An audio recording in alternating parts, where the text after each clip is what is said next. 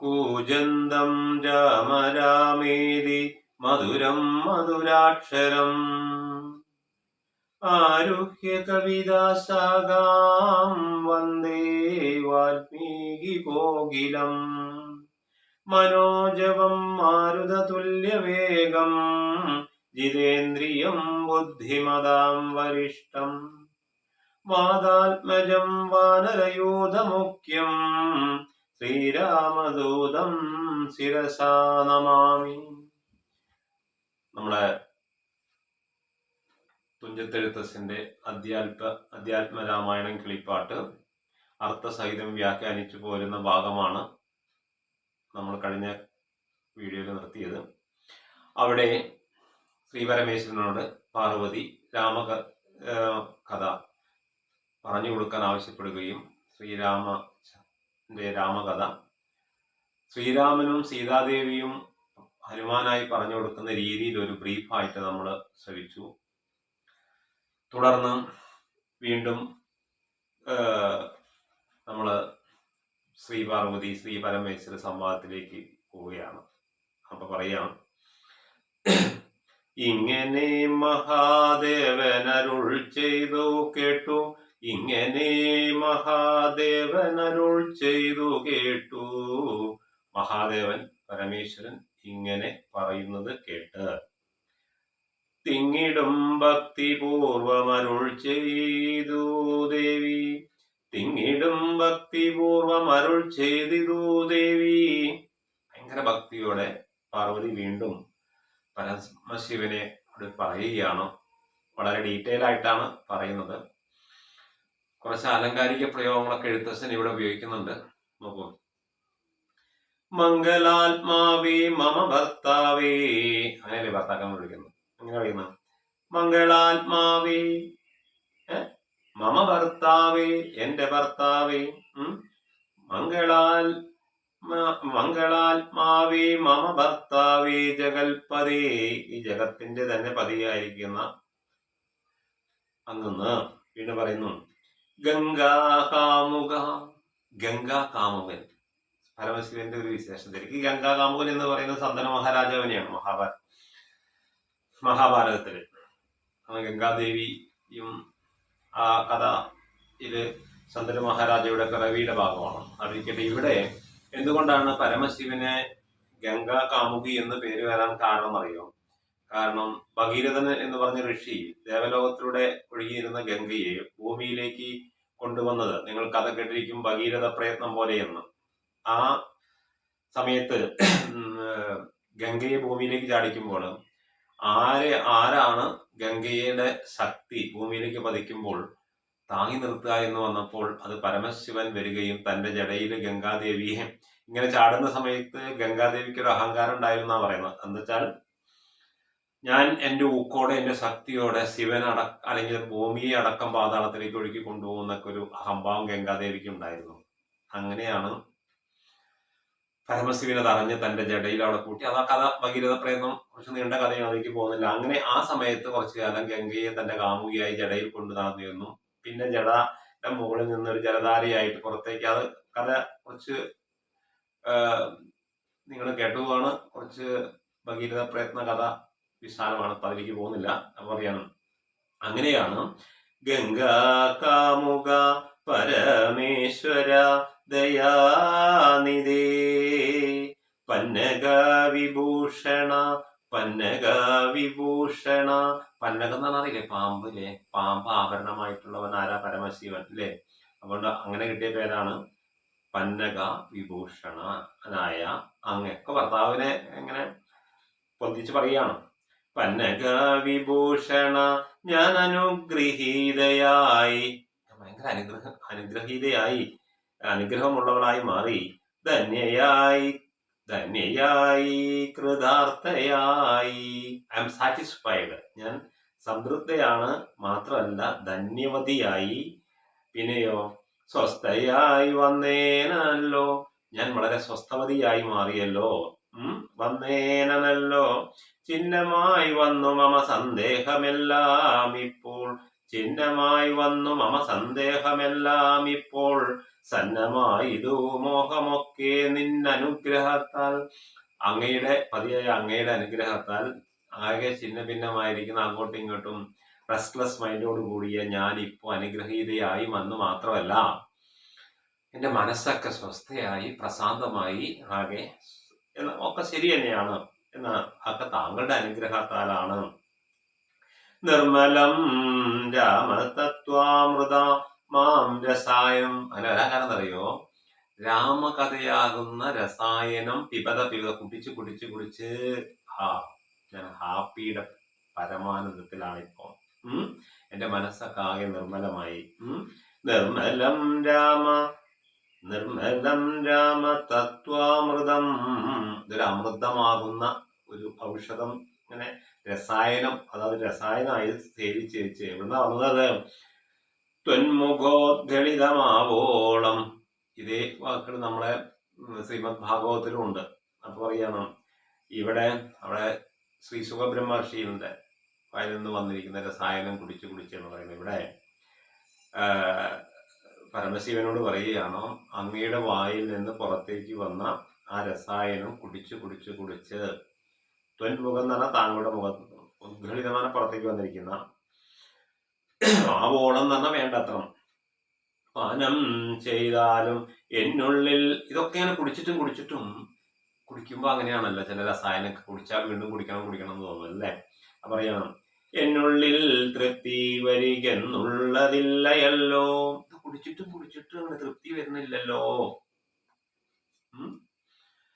ആദ്യം ഭർത്താവിനെ കൂടെ പരമാവധി പുകഴ്ത്തി കൊണ്ടുപോയിട്ട് പിന്നെ പറയാണ്, താങ്കളുടെ മുഖത്ത് നിന്ന് നിർഗളിച്ചിരിക്കുന്ന രാമകഥയാകുന്ന രസായനം കുടിച്ചിട്ട് മതി വരുന്നില്ല എന്നും. എന്താ പറയാ, നിർണയമതോ മൂലമൊന്നുണ്ടു ചൊല്ലുന്നു ഞാൻ. അതുകൊണ്ട് ഉറച്ചുകൊണ്ട് ഞാൻ വീണ്ടും ഒരു കാര്യം ചോദിക്കാൻ പോവാണ്. എന്താ?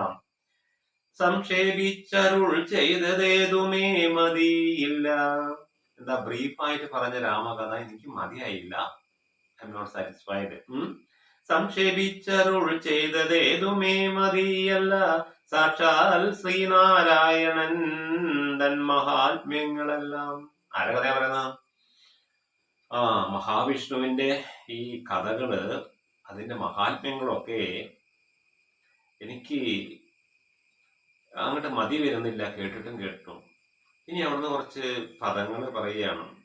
എന്താണ് മഹാത്മ്യങ്ങളൊക്കെ എങ്ങനെയാ പറയുന്നത്? എഴുത്തച്ഛങ്ങനെ അക്ഷരങ്ങളെ എന്താ, സംസ്കൃതം പ്ലസ് മലയാളം കൂടി അല്ലേ? എന്താ പറയുന്നത്? കിം ക്ഷണന്മാർക്കു വിദ്യയുണ്ടാകയില്ലയല്ലോ. കിം ക്ഷണന്മാർക്ക് എന്ന് ആരാണ്? ക്ഷണത്തെ മാനിക്കാത്തവർക്ക്. ചിലർക്ക് സമയത്തിന് സെക്കൻഡ് ഒന്നും അങ്ങോട്ട് മാനിക്കാറില്ല അല്ലേ? But if you lose 1 second in your life, it is a lost. ജീവിതത്തിൽ ഒരു നിമിഷം നഷ്ടപ്പെടാൻ നമുക്ക് you cannot get it back. തിരിച്ചു കിട്ടുമോ? കിട്ടില്ല. അപ്പോൾ സമയത്തിന്റെ വിലയെ മതിക്കാത്തവരെയാണ് കിം ക്ഷണന്മാർ എന്നിവിടെ ഉദ്ദേശിക്കുന്നത്. അവർക്ക് എന്ത് ക്ഷണം, അല്ലെങ്കിൽ ഒരു ക്ഷണത്തെ കിം എന്ന് ചിന്തിക്കുന്ന നിസാരന്മാർക്ക് എന്തുണ്ടാവില്ല? വിദ്യയുണ്ടാകയില്ല.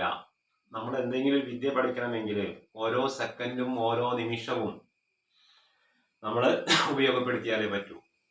അതുകൊണ്ടാണ് അങ്ങനെ പറയുന്നത്. കിം ക്ഷണന്മാർക്ക് വിദ്യയുണ്ടാകയില്ല. നമുക്ക് ഒരുപാട് ഗ്രന്ഥങ്ങളും പുസ്തകങ്ങളും ഒക്കെ വായിച്ചാണ് പാണ്ഡിത്യം നേടുന്നത്. അങ്ങനെ വായിക്കുന്ന ഒരു വ്യക്തിയെ സംബന്ധിച്ചോളം ഒരു ക്ഷണം വളരെ പ്രാധാന്യമാണ്. അത് വ്യാസദേവൻ തന്നെ പറയുന്നുണ്ട്. ബഹുദാ വേദിതവ്യം സ്വൽപശകാലോ ഭഗവത്സവികനെ സാരഭൂതം തദ്വജാമി എന്ന് കേട്ടുള്ളത്. ബഹുദാ വേദിതവ്യം എന്നാണ്, ഒരുപാട് പഠിക്കാണ്ട് നമുക്ക്. സ്വൽപശകാലോ, കാലം ആയസാണെങ്കിൽ വളരെ കുറച്ചേ ഉള്ളൂ. ഭഗവത്സ വിഘ്നങ്ങളാണെങ്കിൽ ഒരുപാടുണ്ട് താനും. നമ്മൾ എന്തെങ്കിലും പഠിക്കാന്ന് വിചാരിച്ചാൽ ഒരുപാട് മാർഗതടസ്സങ്ങൾ ഉണ്ടാകും. ഈ മാർഗതടസ്സങ്ങൾ, ഇന്നിപ്പോ രാമായണ കഥ ഒന്ന് കേൾക്കാം എന്ന് വിചാരിച്ചാൽ അപ്പോഴേക്ക് നിങ്ങൾക്ക് 100,000 പ്രശ്നങ്ങൾ ഉണ്ടാവും അല്ലേ? അങ്ങനെയാണ്. നല്ല കാര്യങ്ങൾ ചെയ്യാൻ പോകുമ്പോൾ അത് തടയാനായിട്ടൊരു ആശ്ചര്യ ഭാവം നിങ്ങളുടെ മനസ്സിന്റെ ഉള്ളിൽ നിന്ന് തന്നെ നിർഗളിക്കും. അതാണ്. അപ്പോ അങ്ങനെ ക്ഷണത്തെ മാനിക്കാത്തവരെയാണ് കിം ക്ഷണന്മാർ എന്ന് പറയുന്നത്. അതൊന്ന്. പിന്നെയോ, കിങ്കണന്മാരായുള്ളോർ കർത്തവും ഉണ്ടായി വരാം. ഇതൊക്കെ എന്തൊരു ശ്രേഷ്ഠമായ വരികളാണെന്ന്. എന്താ കിങ്കണന്മാർ എന്ന് പറയുന്നത്? കണത്തെ മാനിക്കാത്ത, കണം എന്ന് പറഞ്ഞാൽ കോയിൻ, നാണയത്തെ മാനിക്കാത്തവർക്ക് എങ്ങനെയാ അർത്ഥം ഉണ്ടാവുക? അർത്ഥം എന്താണ് അവിടെ അർത്ഥം? മലയാളത്തിലെ അർത്ഥമല്ല, പിന്നെന്താ? സ്വത്ത്, ധനം. നിങ്ങൾ കണ്ടാവും richest millionaire will mind the lowest coin എന്ന്. ഏറ്റവും വലിയ കോടീശ്വരൻ നമ്മുടെ അല്ലെ, നമ്മുടെ അദാനിയും ടാറ്റയും അവരുടെയൊക്കെ എം ഡിമാര് ഏറ്റവും കുറഞ്ഞ നാണയത്തെ മാനിക്കും. ഒരു 2 രൂപ അല്ലെങ്കിൽ 1 രൂപ റോഡ് കിടക്കുന്ന കണ്ടു കഴിഞ്ഞാൽ അവരത് എടുക്കും. നമ്മളാണെങ്കിൽ എന്തോ രൂപ എന്ന് വിചാരിക്കും. അപ്പൊ പല തുള്ളി പെരുവെള്ളം എന്ന് കേട്ടില്ലേ? അതുപോലെ ഈ കിങ്കണന്മാര്, കിം കണം, എന്ത് പൈസ, അങ്ങനെ ചെയ്യുന്നവരുണ്ട്. എന്നാൽ ചിലരാകട്ടെ 1 രൂപയുടെ മൂല്യം ശ്രദ്ധിക്കുന്നവരുണ്ട്. അവർക്കേ അർത്ഥം ഉണ്ടാവുള്ളൂ. അർത്ഥം എന്ന് പറഞ്ഞാൽ ധനം എന്നാണ് അർത്ഥം കേട്ടോ. അപ്പം കിങ്കണന്മാരായുള്ളവർക്ക് അർത്ഥമുണ്ടായി വരാം, അർത്ഥം ഉണ്ടാവില്ല, ധനം ഉണ്ടാവില്ല.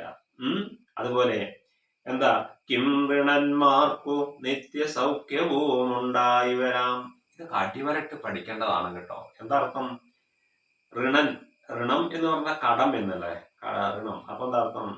കിം ഋണന്മാർ, കിം ഋണന്മാർക്ക് അർത്ഥ, അത് പദച്ചാരം ചെയ്യുമ്പോഴാണ് ഈ ഋണം മാനിക്കാത്തവർക്ക് എന്തുണ്ടാവുമോ? നിത്യസൗഖ്യം ഉണ്ടാവുമോ? സന്തോഷം ഉണ്ടാവുമോ? ഒരിക്കലും ഉണ്ടാവില്ല. കടം വാങ്ങിയാൽ തിരിച്ചു കൊടുക്കണം അല്ലേ? കൊടുക്കാനുള്ള ഒരു താല്പര്യം, വാങ്ങുമ്പോൾ നല്ല രസമായിരിക്കും, കൊടുക്കണം എന്ന് പറയുമ്പോഴാവും സങ്കടം. അപ്പൊ അതുകൊണ്ട് ഈ ഋണം വല്ലാണ്ട് വാരി, നമ്മുടെ ഗവൺമെന്റ് തന്നെ ഋണത്തിലാണ് അല്ലേ, എല്ലാ ഗവൺമെന്റുകളും അല്ലേ. കടമെടുക്കുക. നമ്മുടെ സമ്പൽ സമൃദ്ധിയും ഐശ്വര്യ രാഷ്ട്രം എന്ന് പറയുന്നത് കടമില്ലാത്തൊരു ക്ഷേമ രാഷ്ട്രമായിരിക്കണം. വ്യക്തി തലത്തിലേക്ക് എടുത്തു കഴിഞ്ഞാലും കടബാധ്യതകൾ ഇല്ലാത്തൊരു വ്യക്തിയായിരിക്കണം നമ്മൾ. അവർക്കാണ് സന്തോഷം കിട്ടുക. എന്താണ് ഈ കിം എന്ന് വെച്ചിട്ട് നോക്കുന്നു. കിം ഋണന്മാർക്കു നിത്യസൗഖ്യവും ഉണ്ടായി വരാം. പിന്നെയോ, കിം ദേവന്മാർക്ക് ഗതിയും പുനരതുപോലെ. എന്താ പറയുന്നത്? കിം, എന്ത് ദേവന്മാര് എന്ന് ചിന്തിക്കുന്നവരില്ലേ?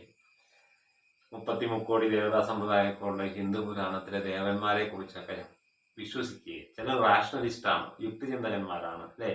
പക്ഷെ അവസാനം ഗീതയിൽ പറഞ്ഞ മാതിരി അന്ധകാലി മാമേവിജ സ്മരൻ, അവസാന കാലത്തെങ്കിൽ എന്നെ സ്മരിച്ച് ഈ കളയപരം വിട്ടുപോകും നിങ്ങൾ ഉറപ്പാണ്. ചിലത് അങ്ങനെയാണ്. ശാസ്ത്രം അങ്ങനെ വരയ്ക്കുമ്പോൾ മാത്രമേ ഈ രാമായണവും തത്വതയൊക്കെ ശ്രദ്ധിക്കുന്നവരുണ്ടാവുള്ളൂ. അല്ല, നമുക്ക് ഇതൊക്കെ പഠിക്കുമ്പോൾ നമ്മുടെ മനസ്സ് പ്യൂറായി മാറും. എന്താ മാറും? പ്യൂർ അല്ലെ, ഡിസയർലെസ് ആയി മാറും. എന്തായി മാറും? ഡിസയർഫുൾ അല്ല. നമുക്ക് കാമാധിഷ്ഠിത ജീവിതമാവില്ല. മാത്രമല്ല, നമുക്ക് എന്തോ ഒന്നില്ലാത്തൊരു മെന്റൽ സാറ്റിസ്ഫാക്ഷൻ, ഒരു സംതൃപ്തി. ഇപ്പൊ ഞാൻ ഒരുപാട് അക്കാഡമിക് അങ്ങനെ എഡ്യൂക്കേഷനൊക്കെ കിട്ടിയിട്ടുണ്ട്. പക്ഷെ എനിക്ക് അതൊന്നും ഇപ്പോൾ നമ്മള് കോളേജിലൊക്കെ പഠിച്ചിട്ടുണ്ട്. പക്ഷെ അതൊക്കെ പഠിച്ചതിൽ നിന്നൊക്കെ നമുക്ക് കിട്ടുന്ന ആ മാക്രോ സ്റ്റഡി ഉണ്ടല്ലോ, ആ മാക്രോ സ്റ്റഡി ഒന്നുമല്ലാന്ന് പിന്നീട് ഞാൻ മൈക്രോ പഠനത്തിലേക്ക് പല ആചാര്യന്മാരുടെ മുമ്പിൽ പോയി പഠിക്കാമെന്നാണ് മനസ്സിലായത്.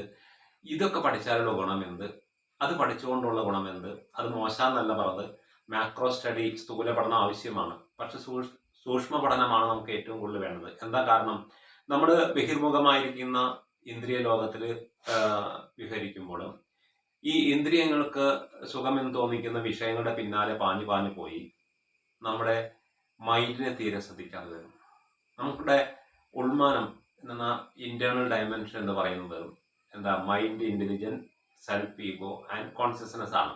അപ്പോൾ നമ്മുടെ ഉൾമാനമാണ്, ഉള്ളിലുള്ളതാണ് മൈൻഡ് ഈസ് എവറിത്തിങ്. മനസ്സാണ് എല്ലാം മൈൻഡാണ്. എവറിത്തിങ് ഈ മൈൻഡാണ്. നിങ്ങൾ എന്ത് കാണുന്നു, കേൾക്കുന്നു, എല്ലാം മാനസിക തലത്തിലല്ലേ.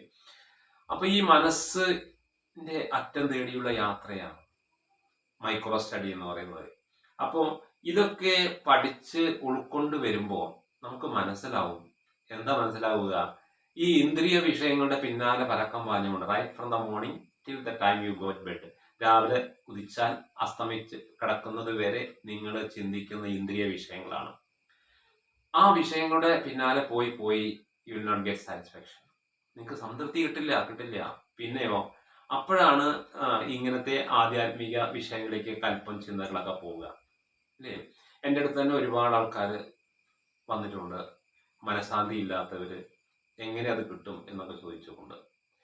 അതിന്റെ ഇപ്പൊ എന്താ ഈ രാമായണൊക്കെ ഇങ്ങനെ ഇരുന്ന് ഇപ്പൊ ഒരു അയൽവക്കാരോ അടുത്ത ആൾക്കാരോ കേൾക്കാൻ വേണ്ടിയിട്ട് ഒരു രാമായണ പാരായണം ചെയ്യുകയാണോ ഇവിടെ ഉദ്ദേശം? അല്ല.